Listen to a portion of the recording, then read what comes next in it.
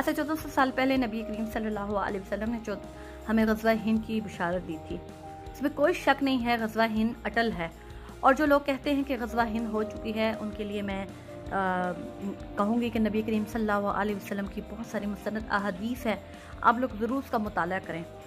आज मैं आप लोगों को बताना चाहती हूँ कि हिंदुस्तान में उनके कर्नल, जनरल और बहुत सारे ऐसे लोग हैं जो ट्वीट्स करते हैं और अपने इंटरव्यूज़ में कहते हैं कि 72 साल तो गुजर चुके हैं, पाकिस्तान और पाकिस्तान की अफवाज ने कश्मीर को आज़ादी नहीं दिलवाई, तो 28 साल के बाद एक सदी गुजर जाएगी। तो आप याद रखिएगा कि हम लोगों को अल्लाह ताला के प्यारे नबी जिन पे हम सबका ईमान है, उन्होंने 1400 साल पहले ही बता दिया था कि यहूदो नसारा और मुशरिकीन कभी भी आपके दोस्त नहीं हो सकते और कभी आप इन पे यकीन मत करना। और हम लोग यकीन करते भी नहीं हैं और ना हम इनको दोस्त बनाते हैं और ना दोस्त मानते हैं।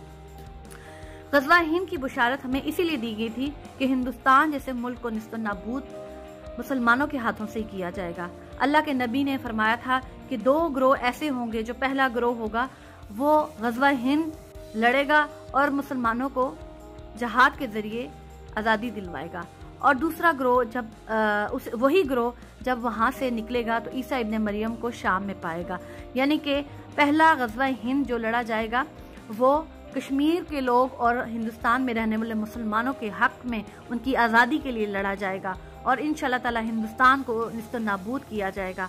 और फिर शाम में ईसा इब्ने मरियम के साथ मिलके लुत के मुकाम पे दज्जाल का खात्मा किया जाएगा और बैतुल मुक़द्दिस को वापस हासिल किया जाएगा। याद रखिएगा, आज हमें इस अमल की ज़रूरत है कि हम लोग ना सिर्फ अपने अफवाज पाकिस्तान के साथ खड़े हों। तालिबान को मैं खराज तहसीन पेश करती हूँ कि अल्लाह के वो शेर हैं जो कैस बिन रशीद की औलाद में से हैं और खालिद बिन वलीद की औलाद में से हैं, जिन्हें नबी करीम सल्लल्लाहु अलैहि वसल्लम की दुआ है कि जिन्होंने हमेशा हर मार्का में फतह हासिल की, हर जहाद में अल्लाह ने उनको कामयाब किया। ना सिर्फ सोवियत यूनियन को टुकड़े टुकड़े उन्होंने किया, और हिंदुस्तान आज देख लें कि अमेरिका जैसी सुपर पावर घुटने देखने को तैयार उनके सामने खड़ी है, क्योंकि ये अल्लाह के वो शेर हैं जो अल्लाह की बताई हुई नबी करीम सल्लल्लाहु अलैहि वसल्लम की दी हुई हदायत पे ज़िंदगी गुजारते हैं। हम लोग रोज़ा, ज़कात, हज ये अदा करते हुए तो फ़ख्र महसूस करते हैं, लेकिन हम लोग जहाद करते वक्त हमारा दिल कांपता है, क्योंकि हमारे जहाद को हमेशा दहशतगर्दी के साथ एफिलेट किया गया है, जबकि जहाद नबी करीम सल्लल्लाहु अलैहि वसल्लम ने अपनी पूरी ज़िंदगी में लड़ा। मौला कायनात हज़रत अली ने पूरी ज़िंदगी जहाद लड़ा, खालिद बिन वलीद ने सारी ज़िंदगी जहाद लड़ा, लेकिन हम लोग भूल चुके। आज उर्तगल जो पूरी दुनिया में देखा जा रहा है, हम लोगों ने उसको ड्रामेटिक सेंस में लिया है, लेकिन तुर्कों ने अपनी असल जो इस्लाफ है, जो उनके बाव अजदाद थे जिन्होंने 600 साल तक 3 बरे-आज़मों पे हुकूमत की, जहाद के जोर पे की, वो बताना चाहते हैं कि याद रखो मुसलमानों, आज आपका दौर है, दोबारा अल्लाह ताला ने आपको इस तरफ लेकर आ रहा है, क्योंकि पिछली 1 सदी में जब से सल्तनत उस्मानिया ख़त्म हुई है, पाकिस्तान वजूद में आया है, लेकिन हम लोग जहाद करना भूल चुके हैं।